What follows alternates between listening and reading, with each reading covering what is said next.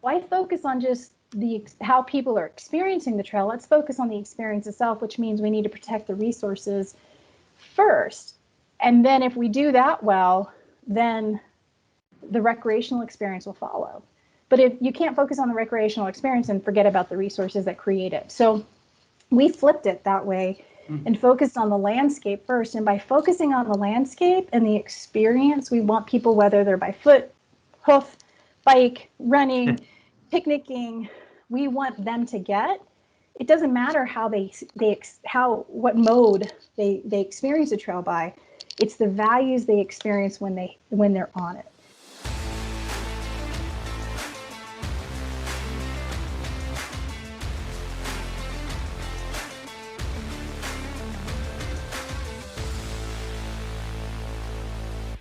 Welcome to Over a Pint, where we focus on the fast-paced and ever-changing world of marketing, told through the eyes of three industry veterans with decades of in-the-trenches experience.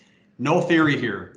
This is real-world practical experience told to you by those that have been there, and that does include our guests. So grab a pint of your favorite local brewski or whatever your choice of drink may be, and join us for the show. As always, I am joined by my co-host, Pat McGovern, new biz director at Acedia, an award-winning digital shop here in Milwaukee. BrianM, president of Celtic, a full-service ad agency headquartered in Milwaukee's historic Third Ward neighborhood. And I'm Kurtl, vice president at Celtic. So, Brian and Pat, today is going to be fun. I'm pumped about our guests today. We have Teresa Martinez with us today, and among many other roles and achievements, Teresa is co-founder and executive director of the Continental Divide Trail Coalition, and Teresa has literally devoted her life and career to preserving some of our country's best open spaces. So check this out. The Continental Divide National Scenic Trail is one of the most significant trail systems in the world. It spans 3,100 miles between Mexico and Canada, travels through 5 states, and connects countless communities along the spine of the Rocky Mountains. This trail encounters some of the most dramatic and wild landscape left on the planet, as it literally traverses the backbone of America. We're going to talk more about that in a little bit. This is truly one of the greatest long distance trails we have, but make no mistake, the Continental Divide National Scenic Trail is much more than a line on a map. It is a living museum of the American West, a place to reconnect with nature, and a unifying force, bringing people of all walks of life together. So that brings us to our guest today, Teresa. Teresa and her team at the Continental Divide Trail Coalition are working tirelessly to complete, promote, protect, and steward this awesome trail. And Teresa, that's a full plate. And I'm also proud to say Teresa is a personal friend of mine and our agency. She's super cool, very smart, and extremely passionate in all that she does. So with that said, Teresa, we welcome you to Over a Pint. Welcome, Teresa. Thank you so much.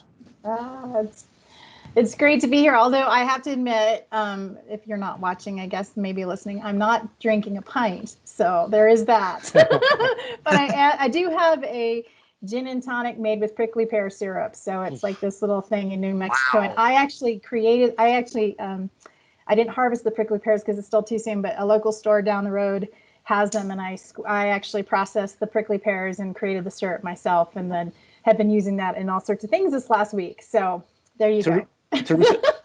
Teresa, from a kid from Wisconsin, describe the taste of a prickly pear. What is that? Oh, it's really funny. So interestingly enough, so I live in New Mexico. I'm based in Santa Fe, but our organization is based in Golden, and I was lucky in that we have created we'll talk about this later, but the way CDTC works is we really commit to the communities we serve and the landscapes that we serve, and so living amongst the trail, so to speak, versus just being centrally located has been critical to us. So I was lucky to move to New Mexico, one, because I love the state. I'm not from the state, but I love the state. And two, I'm living here in Santa Fe, which is amazing. It's a small, large city, so it's the state capital, but you wouldn't know that based on, it's just, 5 minutes of rush hour. So it's fantastic. But prickly pears, of course, grow all across the West, and they're not just in the desert here in New Mexico. They grow in Colorado, Montana, everywhere.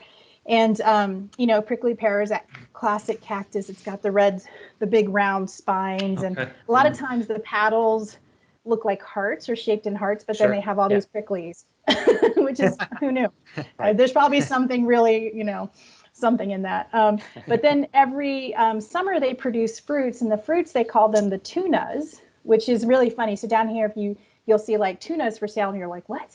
But they're the actual fruits. And so the fruits start out, they flower at the top of those petals, and then those blossoms turn into these kind of not like weird looking nobular fruits, and then they start out as green, and then they become red, and they have little fine hairs on them. So when you actually harvest them out and about in the woods or whatever in the desert mesas, you have to do it with like tines or something to pull them, because you'll get the little fine hairs in your fingers. You'll never get rid of them.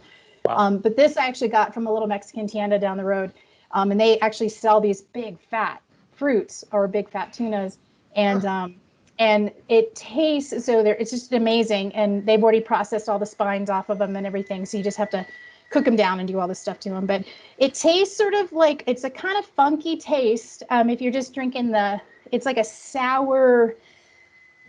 pungent sour sweet taste. I don't know what else. It doesn't taste like anything I can imagine, but when you add like a lime squeeze, like a squeeze of lime, or a little, the syrup I make obviously has sugar in it. It brings out the kind of fruitiness of it. So it's like I don't know, maybe like a passion fruitish. Wow. Maybe that's something people are familiar with. Yeah. But then, if you mix it in a margarita, or you mix it in a gin and tonic or whatever, it takes on a lot of different flavors, and it's just a kind of complex kind of sour sweet. I don't know how else to describe it. And it smells weird. I will tell you, it doesn't smell like it tastes. So, but it's a really cool thing. And, it's a very traditional thing for folks who live in the desert, but it's wonderful. Wow. Okay. It may not come in a pint glass, but I'm with you, Pat. I'm into that. Sounds pretty cool. Right. Wow. Okay. Yeah. Do we want to talk about marketing too? Well, I was going to say, let's keep, Brian, what are you drinking? You're not going to be able to top that. Let's go on record, but tell us what you're drinking, Brian. What? Here's the thing about marketing. You have to love the place that you are working with, right? So for me, I would say that, I'm all in the work I do, obviously. Kurt knows this, but I think, it's authentic. Like, I genuinely love every single landscape that the trail connects. And when I think about marketing, that's what I think about, is like, it's not just, oh, let's just talk about a trail. It's like, no, there are real people and real places and history and culture and context to this landscape, that when we think about how we connect to people and wanting to invite them into this space, or people who have already had long histories, time immemorial histories, I'm thinking of some of the indigenous communities and tribal nations along the trail, and non-recognized tribal communities. It's not about selling anything. It's about really sharing this place with people that invites them in to want to experience it. And then in our case, to engage people in wanting to protect, support, steward, love these landscapes, but then talk about, for the Continental Divide, it's the major watershed of the North American continent. It's kind of a big deal. And I joke about that. I say that every time I talk about it, because it's where our watershed starts. So then you can also talk about, when you go to your tap, where does your water come from? And it probably comes from somewhere along the CDT. When you talk about the air you breathe, it probably comes from somewhere that has flown across, one of the ridge tops of the Continental Divide and the trail. And so for me, this whole part, and how we talk about the trail and how we celebrate this incredible landscape and the communities along it, is to invite people into knowing that they're still a part of it. Even if they live in Chicago or Milwaukee or DC or San Diego, that they are still a part of this incredible landscape. And how do we connect them and let them know that they are welcome? And that includes all sorts of different people and types of users and all the things. And then doing that in a way that honors that landscape. So, you don't have to, just honoring that landscape in a way that really allows that authenticity to come through, right? So, yeah. You know, that's Teresa. It's one of the things that, and we're going to kind of, because we want to learn more about you too. But if I could, to put a period on that comment, it's one of the cool things I like about the backbone of America, and obviously that's something that you say a lot, and it has so many different meanings, right? There's the backbone. I look at it as the backbone of America, where it's literally the spine, right, of the Rocky Mountains. But then there's also the backbone of America, how diverse that trail is, 3,100 miles from Mexico to Canada. Not only the terrain, but the types of people and communities. So I think it's very unique and very cool in that way. Teresa, you know, let's start with you quickly. You know, we're talking about marketing, and you know, brands are about people. mm-hmm. You know, there's always people behind the brand who are making it happen, telling the story. If you could briefly tell us your story, you know, how did Teresa get to be where she is here? Give us the top line version of Teresa and your story. Oh God, every time people ask me this, I'm always like, I'm so sorry. I'll try to do this in a few minutes and not talk really fast. But you know, my family, my mom and dad, I always start with my mom and dad.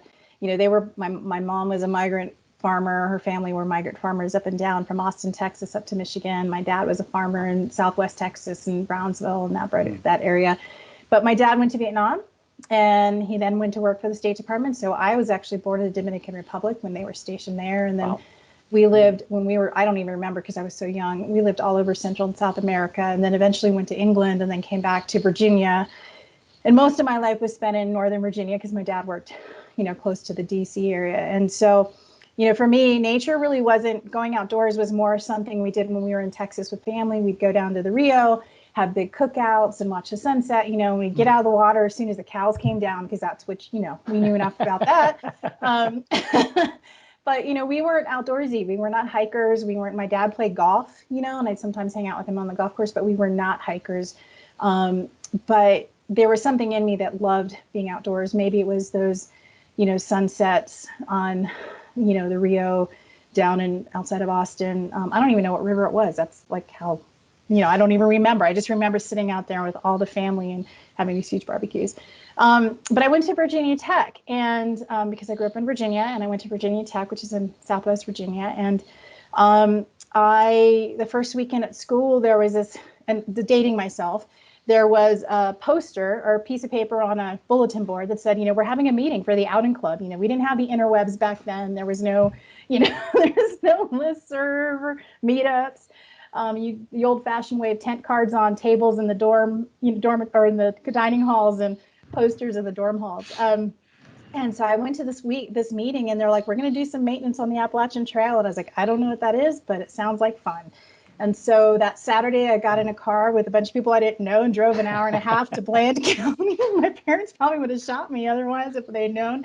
But, you know, we went to Bland County on the AT section of the AT there at the outing club of Virginia Tech, which is one of two outing clubs in the country, on the East Coast, Dartmouth Outing Club, and then the Virginia Tech Outing Club maintain a section of the AT. And so we went out, they put a tool in my hand, and we hiked for 10 miles on this section by Laurel Creek, and I did this maintenance. And while I was out there, I was like, okay, wait a minute. So what is the white blaze again? And they said, well, if you turn left, you end up in Georgia, and if you turn right, you end up in Maine. And I just remember, like, and I tell people this is exactly the moment that it's like that cartoon where you're just like, ooh, your whole world opens up. And I was just like, I had no idea that something like that existed. I had no idea that you could walk to Maine or Georgia from any one place. Like, I had no idea. And then I had no idea you could actually be a steward of it. And in that very moment, I fell in love with these long trails and this idea of being outdoors and doing hard work to protect them. And I was a wildlife major, and I thought I wanted to do like bird of prey research and like learn about, become like an ornithologist and study raptors. And as the years went by at college, I was like, no, I think I'm going to stay in wildlife management and learn how all these pieces come together, and really how a trail can connect you to the trees, to the land, to the water, to the soils, to all the things. And then I worked summers on the Connerock crew for the Appalachian Trail Conservancy, and became this just, I love trail work. And then I became president of the Outing Club. And then I got hired by the Appalachian Trail Conservancy to run the crew programs I had been a part of. And then, step by step, year by year, became a regional rep for ATC. So I started out as a volunteer, became a regional rep. And then my last 2 years, ATC went from a conference to a conservancy organization. And I sort of changed my position to be more focused on larger trail-wide management issues and stewardship issues. In between that, I got a master's degree from Virginia Tech in human dimensions, looking at volunteerism and nonprofits to do the kind of work ATC does, and understanding the social context of why people volunteer to do stewardship. And then, and then in 2007, I can say this in this context, I came home from a bar PR on a Friday night, and I had been every year for, every Friday night, we showed up at the same bar, the London Underground, and had a gin and tonic. And I came home and I thought, I can't keep doing this. And that night I got online and there was this advertisement for a field programs manager for the Continental Divide Trail Alliance. And I was like, all right, I'll apply. And then that Tuesday, 4 days later, were the shootings at Virginia Tech. And I took it as a sign of like, okay, well, maybe I lived in Blacksburg for 20 years up to that point. And I thought, well, maybe this is my time, And so then I ended up, knew I had a great job at ATC, but at every moment I kept thinking like, no, I think I need to move west. And I thought I was a lifer in Virginia. And it turns out I came out for an interview to Colorado and I was just like, no, I think I need to be here now. And it was like sort of at ATC, we were putting candles in a cake, and on the Continental Divide, we were sort of baking it. We were in the kitchen just trying to figure out what kind of cake it was even going to be. And then who knew CDTA would close its doors, and then myself and 3 of my colleagues and a whole team of volunteers, we decided to build this thing called the Continental Divide Trail Coalition out of the ashes, so to speak. And that was 10 years ago, come January. Wow. And in a decade, we've gone from literally my dining room table to, offices in Helena, Santa Fe, Las Cruces, Golden, and, me doing all the work for free and working 3 jobs to now having 15 employees full time. I mean, how do you, I don't even know. How does that happen? Wow. Give yourself some credit. Give yourself some credit. I don't know. It's a we. It's definitely a we. Yeah. But I think, just, for me, it was sort of like, who knew that being in the kitchen was really going to be that thing. And everything I learned on the AT, everything I learned back east definitely helped form what we're doing here at CDTC and how we're looking at the landscapes, and for me, part of my story, I think from my parents' beginnings even, they just saw a different life than maybe their families. And I think they instilled in myself and my brother just this creativity, innovative solution, problem solving kind of like, why not? Let's break some molds. Let's be kind of, let's carry our legacy forward and reimagine how we fit in this world. And I think that definitely has been some of the foundations of the Continental Divide Trail Coalition, that we try to think about, like, we haven't inherited a culture, we're creating it. And so, and because it's only 10 years old, we have so much technology and all these really cool things and new learnings and new ways of looking at the world, and a global world and a dynamic world. And so who knew? I think everything that I've done up to now has helped me contribute that to what we are building here at CDTC. So there you go. That was 10 minutes, maybe. Love it. Yeah. Well, let me ask you this.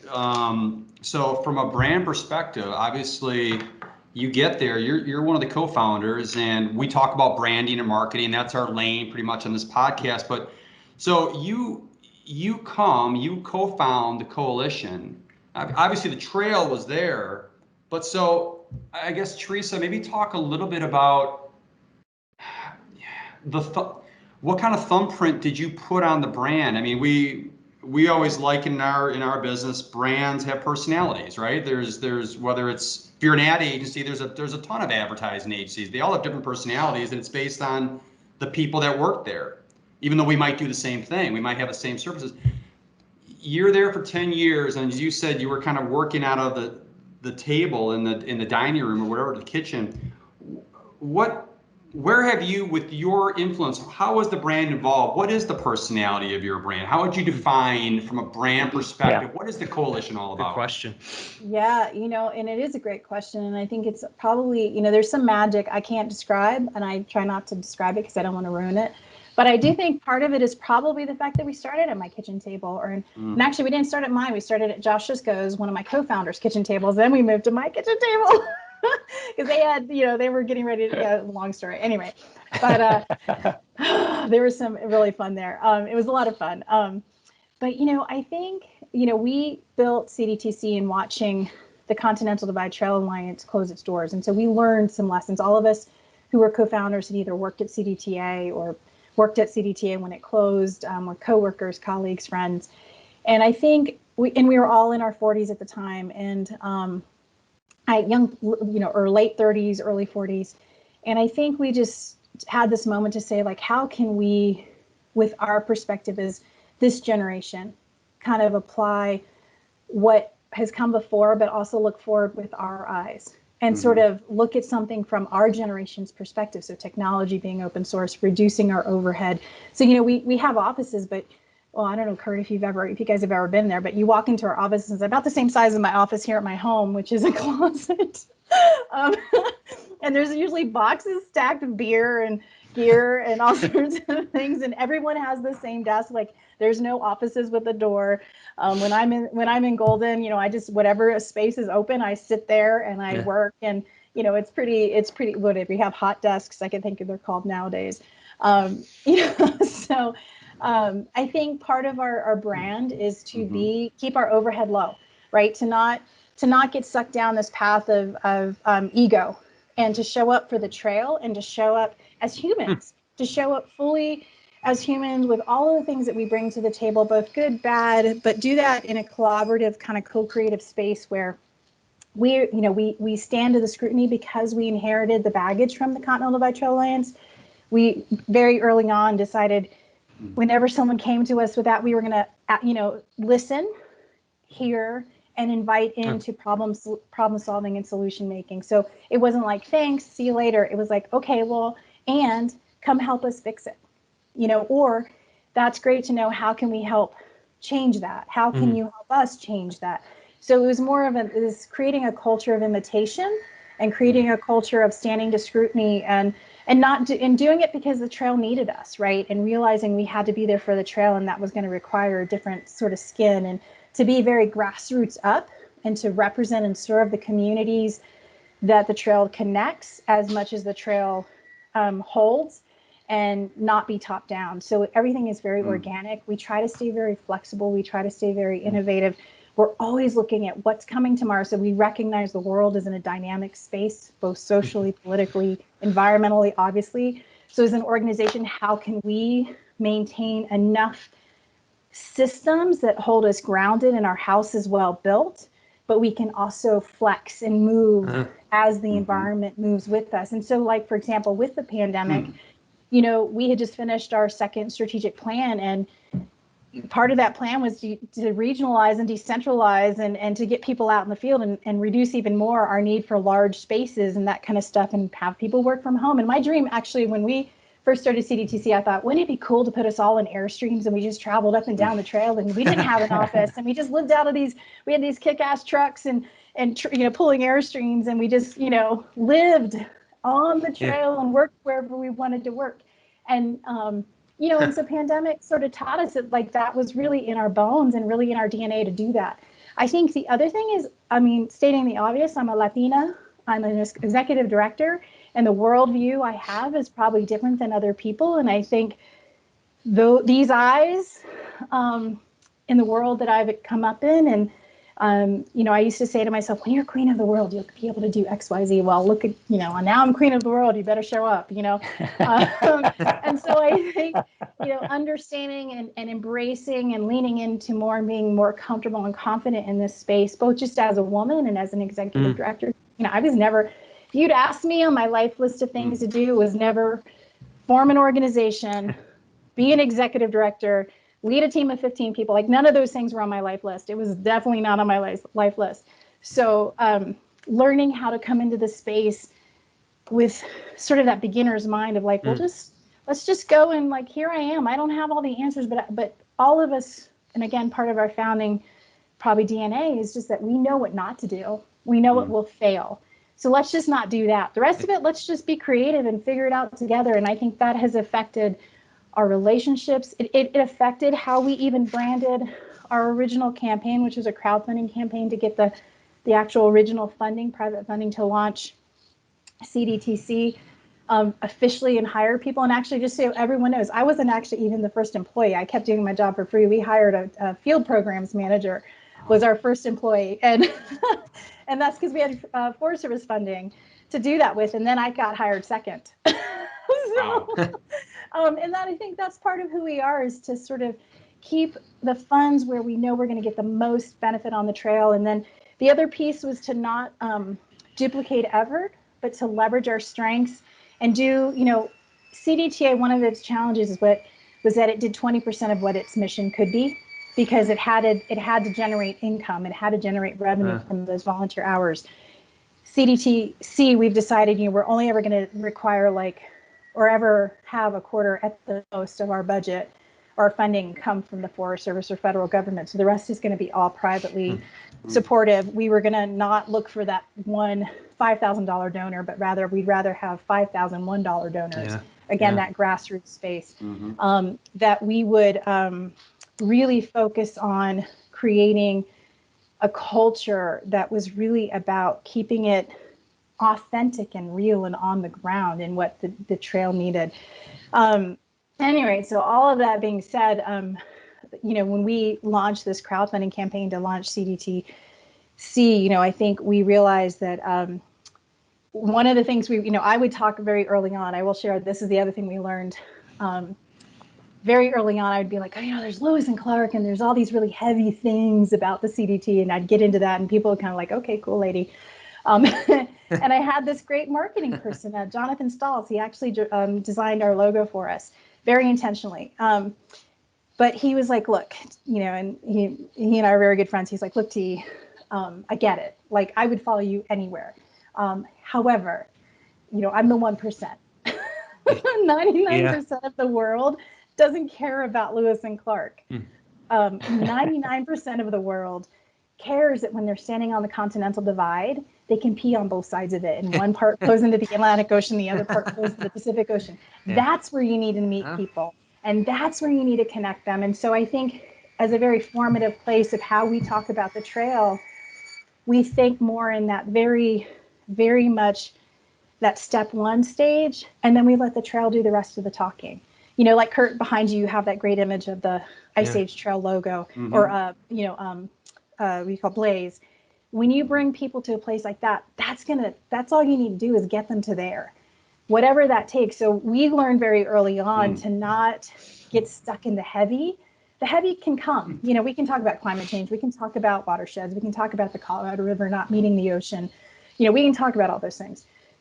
But when people first come in, they want to think about the fun stuff, the stuff that creates joy, that connects them fundamentally and emotionally to this landscape. And so I think as we've done everything else, the other part of our brand is to just remember that really innocent space that people come to these places with. So it's not just the long distance hiker, it's the family who has a picnic. It's the people who have, drive by the divide every day of their life going to and from school or to and from work, and they just know that they live there. Or it's the people who enjoy the sunsets and sunrises in New Mexico from the divide, and oh wait, there's a trail there. It's like we meet people in that real innocent space. And when we think about our brand, it's really, how do we connect people to where do we meet them versus making them meet us where we are. It's meeting them where they are. I love that. And it's a very common thing these days, but I think 10 years ago it wasn't. And I'm really grateful that we had someone like Jonathan saying, hey, you can do this differently. Why look at it the way the AT and the PC do? It works for them, but look at it for the Continental Divide. And the divide itself is so reverent. Like, we have so much reverence for this landscape, but it's almost too much. It's too hard to almost comprehend. Yeah. So when you think about this messaging, keep it simple. Keep it fun, and keep it meaningful to those individuals, and you don't have to make it for them. It'll come to them. Like if you are up in Montana and you go to Lemi Pass and you're standing in the footsteps of where this is my Lewis and Clark spiel, where Lewis and Clark actually stood when they thought they were going to see the Pacific Ocean, and instead they saw the Selkirk Bitterroots, and they're like, oh my God, wait a minute, we're not. We're on the Continental Divide. We don't see the ocean. You can literally, yeah, right. Yeah. Oops. Well, or way cool, but Yeah. we're still walking. But you can literally stand in their footsteps.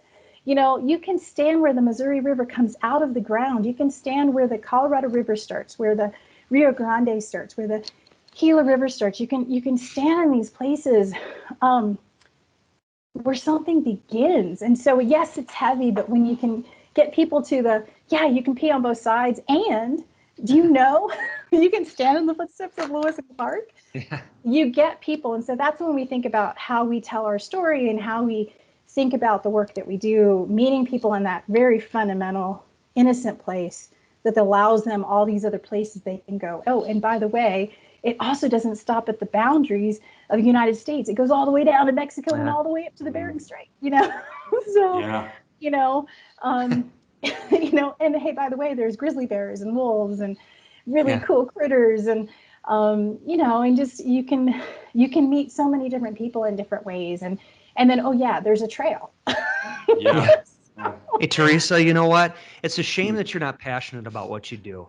I know, isn't it? I just wish you could just, Really. If we could just, you know what? If we maybe an accounting job. What do you think, Brian? Yeah. Love the passion. Who knew? Love it Who too. knew? Who knew? Yeah. And you know, it's funny. It's passion, but it's also like, I think I'm still like, I mean, someone asked me one time, like, well, why do you do this? And, you know, I think they expected me to say, like, you know, something like, I'm trying to protect the environment or something really heavy. And I was like, no, it's actually pretty selfish. It's not pretty, I mean, it is altruistic, but it's also pretty selfish. Like, I just love the place, and I feel the closest to my family, my parents, who have both passed away. They passed away actually before we formed CDTC, and gave me the tools with which to be able to make the choices I did, to be able to do what I did to help be a part of this team. So I think for me, it's more of a very deep personal, like, I'm not just fighting for this landscape, I'm fighting for them, you know, and it's nothing more important to me than fighting for their memories, and fighting for my ability to leave a legacy that allows their legacy to continue. So when people say, like, you know, you're so passionate, it's like, I am, because I love these places, and I love my family, you know. And so for me, it's deeply personal, on many different layers, but it's also, and I'm just lucky. I don't know, the universe, I don't know how you describe this ability. Like, who knew when I was deciding to move west that I would be here today, 15 years later? I mind blown. Drinking a prickly pear, gin and tonic, talking. I mean, seriously, like, it blows my mind every single time. So. You know, I like how you said earlier, like, you know, don't get stuck in the heavy, you know, and it is something where, you know, obviously there's so much that you and your team are doing. Obviously the passion is there, but you hit it on the head. At the end of the day, you got to start somewhere, and you want to get, as we like to say sometimes, get people drinking the Kool-Aid a little bit, you know, and once they start drinking the Kool-Aid, and they become ambassadors and believers, a lot of the other things will follow. You know, Teresa, when I look at your audiences, your stakeholders, maybe that's a better way of saying it. You know, there's our so community. many. We say it's our community. Your community. So and that, actually, but I will share, it's not even ours. It's the community that we get to connect with, that we're a part of. Yeah. So with that community, you know, break it down. I mean, within that community, there's such a wide variety. I mean, it's like, let's think about that for a second. You've got the you know, the vertical hiker, the person that's all in on hiking. You've got the casual family, as you say, that just wants to spend some time having a picnic. You've got the gateway communities. I mean, so I guess where I want to go with this, let's go back to your personality, you know, the brand's vibe. How does that impact how you are trying to connect with all of these folks? There's a lot of different entities within that community. Is it safe to say that who you are and what the coalition is all about from a personality perspective dictates how you are outreaching to them and how you engage and how to tell your story? Does that make sense? Yes and no, because I don't think we change it up too often. I don't think we need to change it too much, because I think we go back to that very core, just remembering to meet people where they are. So I think when I talked early on about how we look at this as being a very inclusive and inviting space. I think the challenge is traditionally we've only focused, all of us as trail organizations, as trail communities, have only focused on that traditional hiker. And I think one of the things that we broke down and reimagined for the Continental Divide Trail, and we did this with our Forest Service partner, our key partner. We were actually in a car together for we used to drive everywhere together back before, the good days, good old days, when you could be in a car with people that weren't in your family. And that's when we do some of our best thinking. We'd be like, we'd have all this fun, we had these deep connections. And, we very early on decided with all of our relationships that we would show up as humans and build those relationships meaningfully and not just have them be transactions like donate some gear, or let's do this, just do this thing. It's like, no, once we work together, you're with us, we're with you. We're very, not selective, but we are very upfront with saying, we don't want this to be a transactional thing. So with our Forest Service colleagues, it's the same thing. And as we would travel all around the CDT, we were in the car one day and we were like, what is it about the trail? And it's like, because it's not a trail. It's a landscape that connects across communities and cultures. And so if we start imagining that we have, Congress got that. When it created this national trail system, it was like there's a dual mandate of creating access recreationally and protecting the nationally significant cultural, scenic, and historic resources in that landscape. And so as we did this, it's kind of like that whole high jump analogy. Instead of always running at the high jump and jumping forward, the guy flipped and all of a sudden, it's like the flop. The Fosbury flop, right? flop, yeah. Yes. And so we were like, why focus on just how people are experiencing the trail? Let's focus on the experience itself, which means we need to protect the resources first. And then if we do that well, then the recreational experience will follow. But if you can't focus on the recreational experience and forget about the resources that create it. So we flipped it that way and focused on the landscape first. And by focusing on the landscape and the experience, we want people, whether they're by foot, hoof, bike, running, picnicking, we want them to get. It doesn't matter what mode they experience a trail by. It's the values they experience when they're on it. So it doesn't matter if they're a day hiker, long distance hiker, cyclist for a day, picnicker, whatever. Somebody who's had a lifetime or time immemorial experience with the divide, that we're trying to create a space that if they are on the trail or in that landscape, that there's some common value that connects them to this amazing thing called the Continental Divide. And then it takes out the work of all the other things. And so from a marketing perspective, it's way easier and harder, because then you also have to create enough, understand what you're trying to protect and preserve and steward in all these different ways with all these different folks who have all these different values. But if we can align them along that common value of this is the most, one of the most important landscape geographic features of the North American continent, then that's the value. It's like if you can appreciate that, the rest is, and how do we want to do that for your community? And how do we want to do that for your community? How do we do that together? Because we don't know your community, you do. So we can provide resources, but you need to lead, And so I think my answer would be, that we also, we're not just on social media. We do get out in the community. We have gateway communities. We're in the field. We're in the weeds with a lot of people, and we show up in that space. And really, all of us who work at CDTC, who are part of the organization, are part of the community.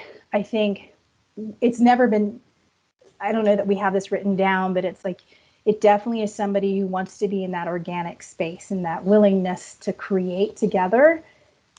Without needing to own it, right? So I think whether it's working with the through hiker community, or, all these little micro communities, we ask people to show up in that collaborative, non-ego space to say, and how can we do this together?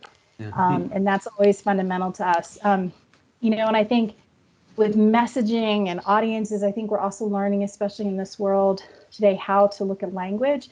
So funny story, every time it's funny, there was a book that Rizzoli Press did. It's called, it's around the Continental Divide and the trail. And we wanted it to be called The Backbone of America. And they said, no, you can't do that, because when you do a search on that, things come up that you don't want to come up on the interwebs.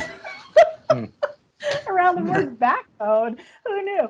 But I think language is, and so now it's called the roof, traveling across the rooftop of America or something like that. Yeah. But I think language is important. And I think what we're learning now is how we use language in a way that is more intentional and still creates a lot of space for people to see themselves in that language. So like I just said, one of our big things now is saying it's not our community, it's the community that we're a part of, right? So really thinking, decoding maybe even that language of ownership, so that we can create even more space for people to see themselves in the trail, in the landscape, in the communities that love this place, and really come together in that place. I don't know, that's a lot. I will stop. Kurt, playing off your question about audience, there's one thing that Teresa said that I want everybody who's listening to this podcast, it's meet people where you're at. I think as marketers, we try to define people and we try to push our messaging down and say, here it is, take it. And you have to flip the paradigm where it's literally, let's go to where these people are at. Let's show up, be authentic and be real and have conversations. Unfortunately, I've worked with clients in the past that are super intelligent, or they're a subject matter expert, or they're extremely passionate about something. And when they show up, they want to just give you all that passion and they want to give you all that knowledge. And people in the room go, whoa, whoa, whoa, whoa, time out. And a lot of times I've had to talk to these people and say, I'm not to be rude, but Joe, who lives 3 blocks up the street, who has 4 kids and goes to work every day and is trying to he doesn't give a shit about what you're talking about. He doesn't care. Let's find a way to connect with him and his family that make it real for him. Give him a taste, give him an experience of what we're all about. Then hopefully over time, days, weeks, decades, we can, really get them on board in a more fulfilling and bigger way. But I just love the way you describe that, is stop trying to define everybody, stop trying to, shove messages down people's throats, and really just get to know them on a basic level and where they're at in their head and their space. I think that's super important for people who listen to this to take away. Well, and we're also really lucky that we have this incredible landscape that does most of the talking for itself. Yeah, it doesn't hurt. Certainly doesn't hurt. It doesn't hurt. Yeah. Which is evident on your website. Which I want to talk about. You go to, it's just absolutely beautiful. So from a marketing perspective, talk about, what is, Teresa, if you had to define, and marketing is subjective. There's so many things there's so many channels out there that allow you to crisscross the community, those within our community. You got corporate partners, but talk about the channels you use, or maybe start with your website. What is how do you define the purpose of your website? Yeah, so here's all the foundation things. So I think and this is probably something to do with me. Like, I think just over the years, so something people don't know about me is, except for a few people who know me really well, I'm a big thrifter. I love going in thrift stores, and like many people, we all thrift and we find all sorts of things, but I'm always blown away. And I'm also very conscious of my footprint, right? My ecological footprint and all those things. I would go into thrift stores and I would see rows and rows and rows and rows of t-shirts, and t-shirts of bike races and organizations and all these things. And I was like, God, there's just so much cotton that's going to waste. And so some of the things we talked about is like, how do we want to brand CDTC? And, we can't talk about a landscape that is a major watershed in the North American continent and not talk about footprints, right? So everything from like, we do have a tri-annual newsletter, but it's always going to be it's always going to be online, so that we don't have to print all that paper. We don't send quarterly mailings out to our membership. We have 2 mailings a year, and it's, even they are letters for support, but it's also to share people what we have coming up in the next year and what did we accomplish this. So we have one in the spring and one in the winter. One is to tell you what's happening, and at the end of the year, it's to tell you what you paid for, what you helped us do and accomplish. So it's very intentional, it's very specific, and it isn't a sales pitch. It isn't like, we need you, actually we might say that, but but in a different way, why. of course. Yeah. But why we need you, and what you helped us do, and why we want to do more, and how, and then we just have this proven track record. And so I think from my perspective of being in nonprofits for my entire career, I just see so much waste, and I see so much like lost opportunities. And our website, for very early on, we launched through crowdfunding. So we said, if we do this, and our crowdfunding, our original Indiegogo campaign, which is called Finding Our Way on the CDT, if it was successful, it meant that people wanted to support the CDT. And so one of those other pieces of our foundation was when CDTA closed, and before we created CDTC, we were challenged by a federal agency employee that said, well, if the organization closed, it must not be in the public's best interest to protect this trail. And I just was like, okay, first of all, no, that's not why CDTA closed. It was not about support. It was just crappy management of a nonprofit. I hate to be, honest, but that's what happened. And so I think there's always been this challenge internally, and part of our DNA to always demonstrate that the public cares about this landscape, cares about this trail, and everything we do is garnered or given people the opportunity to demonstrate that, so that it's never in question again. So that's why we always wanted, 5,000 donors who gave $1 versus one donor who gave $5,000. That it was always about a we, and not a me, and us, not an I.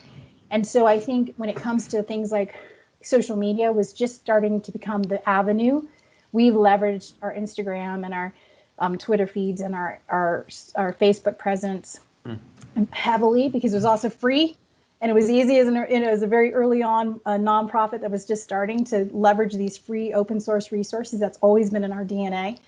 And then our website being the place where if we drive everyone to the website, they can discover what they need there. So it'll be the stop all hub of everything CDT all the time.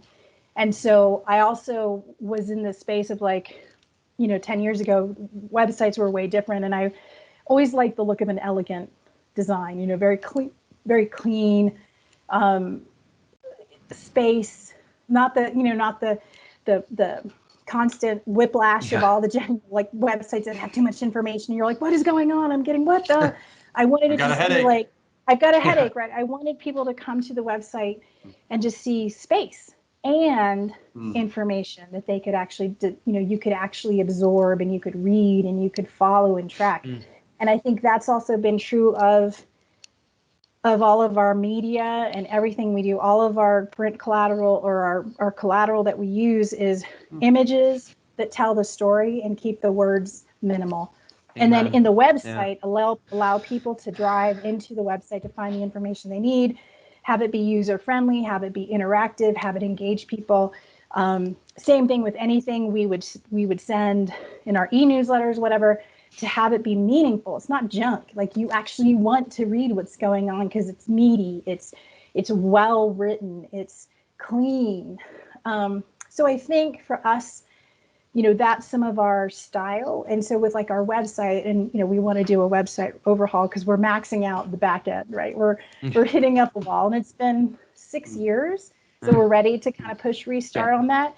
But again, we'll be looking at what new technologies, how do we create space for it to continue to evolve, and whatever's coming down the road with all the world of all these amazing things, whether it's video content or TikTok or whatever the things are, how do we ensure we have room to be, again, organic and evolve and dynamic and create space so it's highly functional yet elegant. It's not, it doesn't create the whiplash or headache. It's really meaningful, and people actually enjoy the experience they have when they visit that primary tool, which is our website, especially in the days of virtual world. That's it, man. That's our bread and butter. And then it reduces the footprint, right? People can print off, we also wanted all of our resources to be free. So we have free maps online, free planning guides, because we wanted it accessible. We wanted to reduce the barriers to people engaging on the CDT because of finances, at least. Technology is still a barrier for some folks, but at least if they can get to the website, they have free maps that are high quality, so high quality, using the best technology. And that is constantly evolving, and our GIS team is just constantly looking at technology to keep it clean and fast, and using all the ways we can embed and all the free other resources and all the new hiker apps that are coming out. We're constantly, digging into that technology. So I think when we think about all of our tools, it's in that space again of keeping it free, keeping it high functioning, elegant, clean, useful, meaningful, and engaging. And like, it's a fun thing to do. Like, it's not a drag to get on our website. You want it to be a fun experience, Teresa, I wanted to talk to you a little bit about diversity and inclusion. I know this is an important topic for you. I know it's an important topic in the outdoor category, but let's be honest, it's important for any business. I mean, any business that's listening to this is concerned about diversity inclusion. And I wanted to come at it from this angle. About 10 years ago or more, I started going to trade shows, and I would hear the industry leaders talking about, we need to get kids off of the couch and video games and get them moving again, get them outdoors. And there was discussion about women. How do we make products that appeal to women and are designed for women? And now, the conversation is, how do we get people of color engaged in outdoors and feel like they're part of our community at large? And I know it's an important topic for you. So I just ask you two things. How are we doing as an industry, do you feel? And what advice would you have for a company that's listening today that wants to get serious about it and wants to know maybe how to go about it? Great question. Yeah, a friend of mine always says, if you're brown, black, brown, or Asian, you're trending right now on social media. And that's both a commentary and an opportunity. So I think two things to note is that, people of all backgrounds, from all communities, have always been going outside. And in fact, some of our most, our indigenous the indigenous communities across the nation, they have been the best stewards of our public lands, or they're not necessarily public, of these natural places to begin with. So, the long cultural connections to outdoors and nature have always been part of almost every community that exists on this planet. And so I think it's important to first recognize that, Black, brown, Asian faces, indigenous faces have always been in the outdoors. I think the difference is that the industry has not recognized them. And so, because we don't always, we show up at the trailhead with a burrito and, Adidas tennis shoes on our feet, not necessarily stacked out in decked out in all this fine gear that they sell. And so for all the reasons, right? One, because it's just isn't part of the culture. Two, it's expensive. They may not have the resources. And three, they can easily just go outside. If they live in a place where they can access nature, maybe they're farmers, maybe they live in a rural place, it's just around them. So this idea of going out to recreate is kind of a weird concept in certain cultures. So I think that's part of it. I think as far as companies, the most important thing and advice I would give is to build relationships that are meaningful, like authentic, honest, show up with your best and your worst spaces, so that you can create a relationship with a community or an individual or organization that allows both of you to grow and thrive. And in that space, it allows us to actually start to dismantle some of this, this white supremacist culture that exists in all facets of our society. But then it also allows us to really learn and grow as humans and really show up as human. And I think oftentimes, gear companies, because especially in the outdoor industry, it's very transactional. They want the social media feeds, they want the marketing pictures, they want to show diversity, but live diversity. Because when you live it, it gets messy. We say, even I, we all do it. Being a Mexican American, I'm both the oppressor and the oppressed, right? Mexican traditions, not traditions, but the original Mexican, after the Mexican-American War, Mexico had access to the North American continent and did the same atrocities as the United States did to many of the indigenous communities. So you both have to own that space. And then obviously nowadays it's not cool to be Mexican either. So, I don't know. I think it's just understanding it's a very complex question. And the only way we get to really move that needle is when we move that needle together and really sit in those uncomfortable spaces and also build those really human-based relationships that allow us to show up and to really understand one another. And then out of that, I think if you want to have a marketing campaign or show that your brand is, interested in reflecting a more diverse community or diverse aspects to the product, then I think that will naturally grow out of those relationships. But I encourage companies and brands and organizations to show up in a very authentic, real relationship space and not that transactional, I just want this and then I'm going to move on, because that happens so often. And that's just yet another, just adds to that layer of things that feel really icky in the space. But I think on a whole, I think there's been a lot of progress. I also think there's a lot of challenges, and it's messy. It's messy. We can, I think I shared it this last outdoor retailer show. They had some great panels on diversity, and then some of the brands that were showing on the floor weren't necessarily coming. And so there are two in particular I can think of. I won't name them, but I will just say that it was, it's like, okay, well, which is the real outdoor retailer? Is it the one that has the panels and has the great conversation, or actually how they allow particular on the floor? And I think that's that messiness. And that's not to say that that's a horrible thing, but it provides an opportunity for conversation to understand how to move forward with that. Yeah. And so I think that's the other thing, is we'll all make mistakes in all of this work when it comes to diversity and employing justice, equity, diversity, and inclusiveness into any lens. The trick is to build those relationships that will allow you to work through those mistakes together and learn together as allies and as diverse organizations or diverse individuals with an ally relationship, to figure out how to keep moving forward and keep moving that needle, and know that it's just ongoing work. There is no end to this work. Yeah. So, great response. Thank you. Yeah, it is. Before we wrap, I guess if I could just, one question I just want to ask on the heels of your question, Brian, to Teresa. Teresa, yes, having said that, because this is a conversation that we could just continue to have, and it's very worthy of it.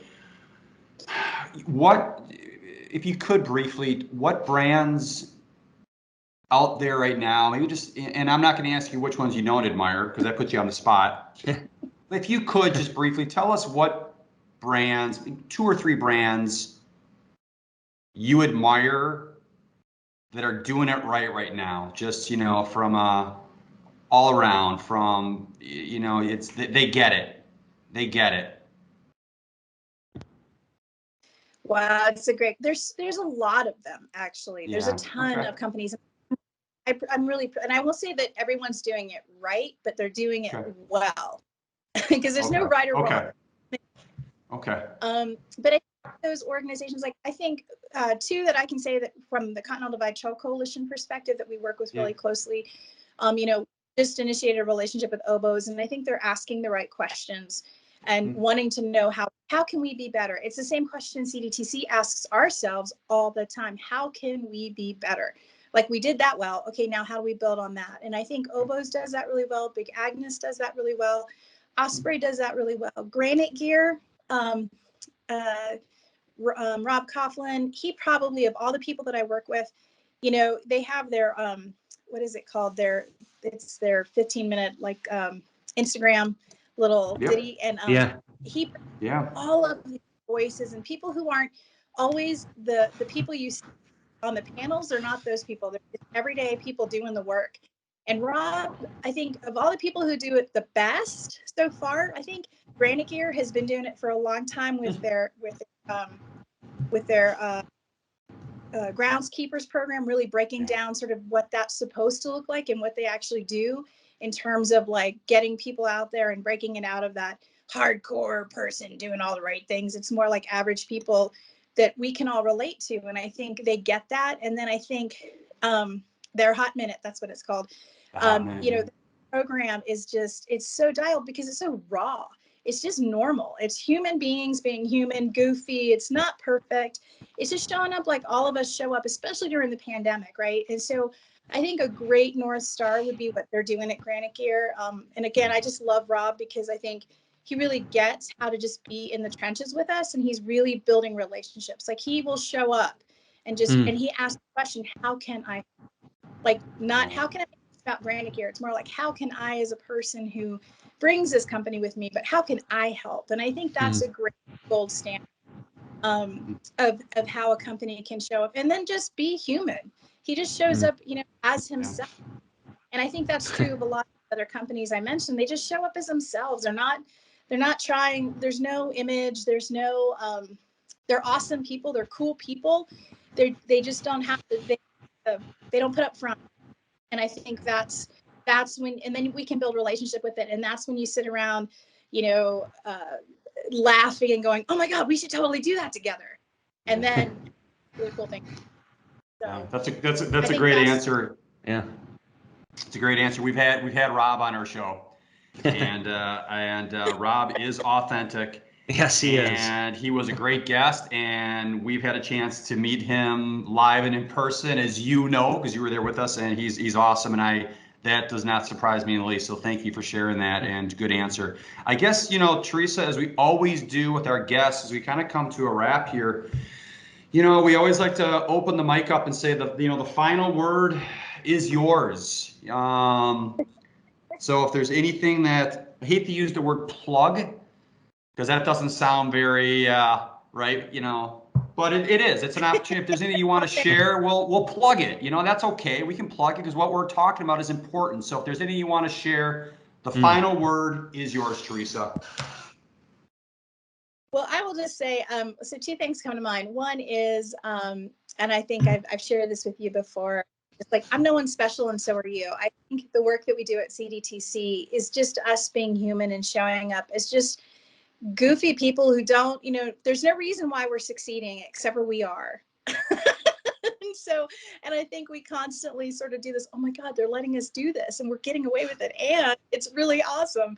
And we ask, you know, for us, our work is to ask why not just why, but why not try this? And why is this happening this way? Why is this the way we're supposed to do it? Why not try something different? And I think in that vein, I would say from my perspective, you know, we like to live in that space, and I think it's anybody can do that. I think when you let yourself be in that space, I like Rob so much, he likes to go to that space a lot. Yeah. I think as far as work that we're doing, you know, we to that point also, we are our 10th anniversary. I can't even believe that Continental Divide Trail Coalition is going to be 10 years old. Wow. Starting in 2022. Congrats. I can't believe a decade has gone by in a blink of an eye. But because of that, you know, we are really ramping up a lot of opportunities for us to engage even more voices, more partnerships, more relationships that help us celebrate the importance of this landscape and the trail that lives along it. And both engage with communities along the trail, but also communities all across the world who love these places, right?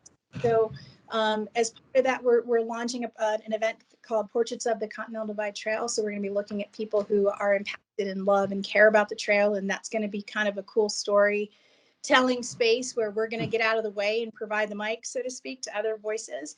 And then, you know, we constantly, you know, we'll be having a lot of events next year, hopefully with COVID allowing, you know, in person. We'll have our big event, Trail Days, down in Silver City, New Mexico, which is in the middle of southern New Mexico. It's a really hard place to get to, which is why we like it. And it's also, when you get there, it's just like an oasis in Gila National Forest. And it's a great event, community-based event.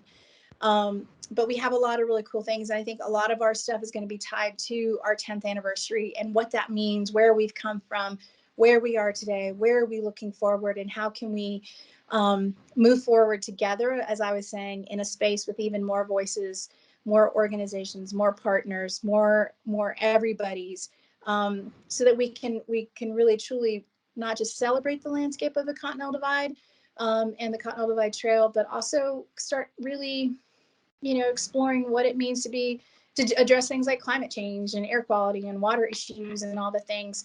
But I think it gives us a platform to do that in a way that says, we have a decade of success underneath us, and help us make another decade, become a reality. So I think that's a big thing. Obviously, if people want to support the Continental Divide Trail Coalition, they should go to our website, which is www.continentaldividetrail.org. You can learn about volunteer activities as well. We have year-round, in some cases, volunteer opportunities on the trail, because we do get to work in the deserts as well as in the high mountains. And so we have a little bit longer trail season for that reason. If people want to adopt a trail segment, those are available. And then if they would like to support, give, donate, share, there's all those opportunities as well there. And then they can also, if they are interested in learning more just about the trail, they can always download our free content, our planning guide, or any other kind of information about any of our gateway communities, and learn a lot about these places along the itself. So I encourage people to learn and spend some time on our awesome website. No, that's great. I will say this, smart, passionate, authentic, and a pretty cool person, and that's why we like you, Teresa, and I mean that genuinely. And I think the CDTC is lucky to have you. I know it's a team, but they're lucky to have you. You're doing great work, and you have been doing great work, and I know you're going to continue to do great work. And you are welcome anytime here in the Badger State. We will gladly have you here to go for a hike, have a drink, whatever it is, and can't wait to see you live in person. So, friends, this has been Over a Pint with Teresa Martinez. Teresa, this was an absolute pleasure. Cheers to you and everything you're doing. Cheers, Teresa. Thank you so much, and congrats on 10 years. Thanks.